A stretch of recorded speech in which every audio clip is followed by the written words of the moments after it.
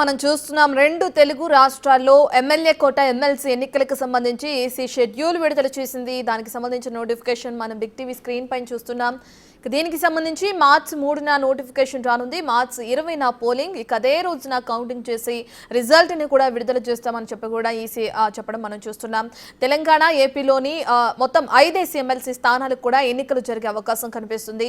మనం ఇప్పటివరకు ఏపీకి సంబంధించి చూసాం. ఇక తెలంగాణ విషయానికి వస్తే తెలంగాణలో కాంగ్రెస్ నుంచి 4, అదేవిధంగా ఇక బీఆర్ఎస్ నుంచి ఒకరికి ఛాన్స్ దక్కే అవకాశం కనిపిస్తుంది. మరి ఇదే విషయానికి సంబంధించిన పూర్తి డీటెయిల్స్ అందించడానికి మా ప్రతినిధి హేమ అందుబాటులో ఉన్నారు. రైట్ హేమ, మనం చూసుకుంటే తెలంగాణలో కాంగ్రెస్ నుంచి 4కి అవకాశం, అలాగే బీఆర్ఎస్ నుంచి ఒకరు బరిలో ఉండే అవకాశం కనిపిస్తుంది. ఎవరి పేర్లు తెరపైకి వస్తున్నాయి అనుకోవచ్చు అంటారు హేమ?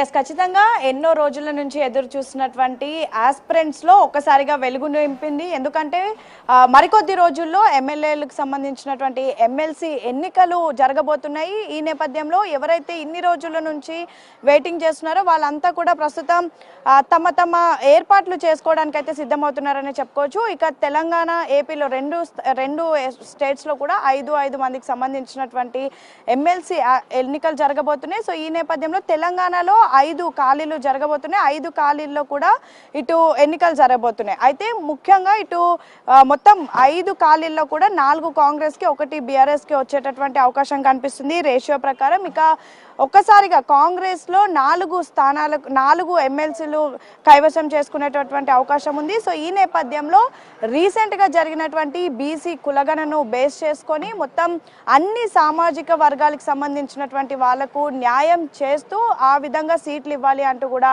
అధిష్టానం నిర్ణయించినట్టుగా తెలుస్తోంది. సో ఈ నేపథ్యంలో ఒకసారి ఎవరెవరు ఆశావాహులు ఉన్నారు, ఎవరెవరు పేర్లు తెరపైకి వచ్చాయి అనేది మనం చూస్తే, మొదటిగా ఎస్సీ సామాజిక వర్గం నుంచి అద్దంకి దయాకర్, అదేవిధంగా AICC general secretary Sampath Kumar ఉన్నారు. అద్దంకి దయాకర్ ఎన్నో ఏళ్ల నుంచి కాంగ్రెస్ పార్టీలు ఉన్నారు, సీనియర్ నేతగా ఉన్నారు. మరీ ముఖ్యంగా ఏదైనా పార్టీకి సంబంధించి ఇప్పటికే అనేక సార్లు తనకి అవకాశం వచ్చినప్పటికీ కూడా కొన్ని కారణాల వల్ల అది వెనక్కి తీసుకున్నప్పటికీ కూడా పార్టీని కానీ ప్రభుత్వాన్ని కానీ ఒక్క మాట అనకుండా పార్టీని తన భుజాల మీద మోస్తూ ఎప్పటికప్పుడు తన స్టైల్లో ప్రతిపక్షాలకి కౌంటర్ ఇస్తూ కూడా పార్టీ కోసం పనిచేస్తున్నారు. ఇక అద్దంకి దయాకర్ పేరు ఎస్సీ వర్గం నుంచి వినిపిస్తుంది. మరొక వైపు ఏఐసిసి జనరల్ సెక్రటరీ ఉన్నటువంటి సంపత్ కుమార్ పేరు కూడా వినిపిస్తుంది. ఇక బీసీ సామాజిక వర్గం నుంచి అంజన్ కుమార్ యాదవ్తో పాటు మధు యాష్కి గౌడ్ పేర్లు కూడా వినిపిస్తున్నాయి. రీసెంట్గా కులగణన జరిగినటువంటి సమయంలో పెద్ద ఎత్తున బీసీలే ఎక్కువ సంఖ్యలో ఉన్నారు. మొదటిగా ఎప్పటి నుంచో రాహుల్ గాంధీ చెప్తుంది ఏంటంటే మీరెంత ఉంటే మీకంత అని చెప్తున్నారు. సో ఈ నేపథ్యంలో బీసీలకు కూడా ఎక్కువ ప్రాధాన్యత ఇచ్చేటటువంటి అవకాశం కనిపిస్తుంది. కానీ ఆల్రెడీ ఒక బీసీ మంత్రి, అదేవిధంగా టీపీసీసీ చీఫ్ బీసీ గౌడ్ సామాజిక వర్గానికి సంబంధించినటువంటి వాళ్ళు ఉన్నారు. కాబట్టి గౌడ్లు కాకుండా ఇతర సామాజిక వర్గానికి సంబంధించినటువంటి వాళ్ళ పేర్లు కూడా ప్రస్తుతం వినిపిస్తున్నాయి. అందులో అంజన్ కుమార్ యాదవ్తో పాటు మధు యాష్కి గౌడ్ పేర్లు వినిపిస్తున్నాయి. ఇక రెడ్డి సామాజిక వర్గం నుంచి సామా రామ్మోహన్ రెడ్డి, అదేవిధంగా క్రమశిక్షణ కమిటీ చైర్మన్ చిన్నారెడ్డి, కేకే మహేందర్ రెడ్డి, హరివర్ధన్ రెడ్డి పేర్లు వినిపిస్తున్నాయి. ఇక సామా రామ్మోహన్ రెడ్డి ప్రస్తుతం అటు సోషల్ మీడియా ఇన్ఛార్జ్గా ఉన్నారు. అయితే ప్రధానంగా కూడా ఇటు ఎప్పటికప్పుడు ప్రతిపక్షాలు చేసినటువంటి కౌంటర్స్ ఏవైతే ఉంటాయో ప్రభుత్వాన్ని ఎత్తిపొడిచేటటువంటి సమయంలో తన స్టైల్లో ఎప్పటికప్పుడు కూడా సోషల్ మీడియా వేదికగా కానివ్వండి, మీడియా వేదికగా కానివ్వండి ఎప్పటికప్పుడు కౌంటర్స్ ఇస్తూ ఉంటారు. మరొక వైపు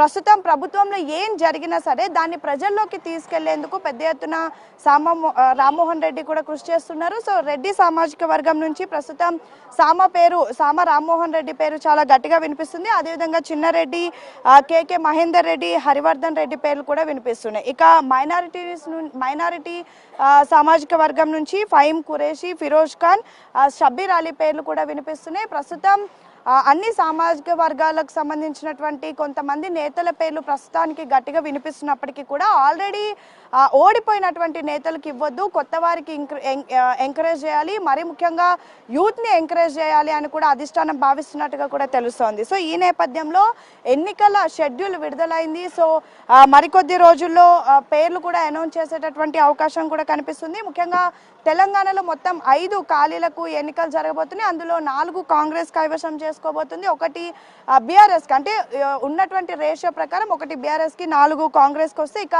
మార్చి 3న నోటిఫికేషన్ విడుదల కానుంది. మార్చి 20న పోలింగ్ జరుగుతుంది. అదే రోజు రిజల్ట్ కూడా రానుంది. ఇక 5 ఖాళీలు కూడా ప్రధానంగా తెలంగాణలో రిటైర్డ్ అవుతున్నటువంటి వాళ్ళు మహమ్మద్ అలీతో పాటు సత్యవతి రాథోడ్, షేరి సుభాష్ రెడ్డి, మల్లేశం, రియాజ్ హుస్సేన్, వీళ్ళు ప్రస్తుతం వీళ్ళకి సంబంధించినటువంటి టర్మ్ అయిపోతుంది.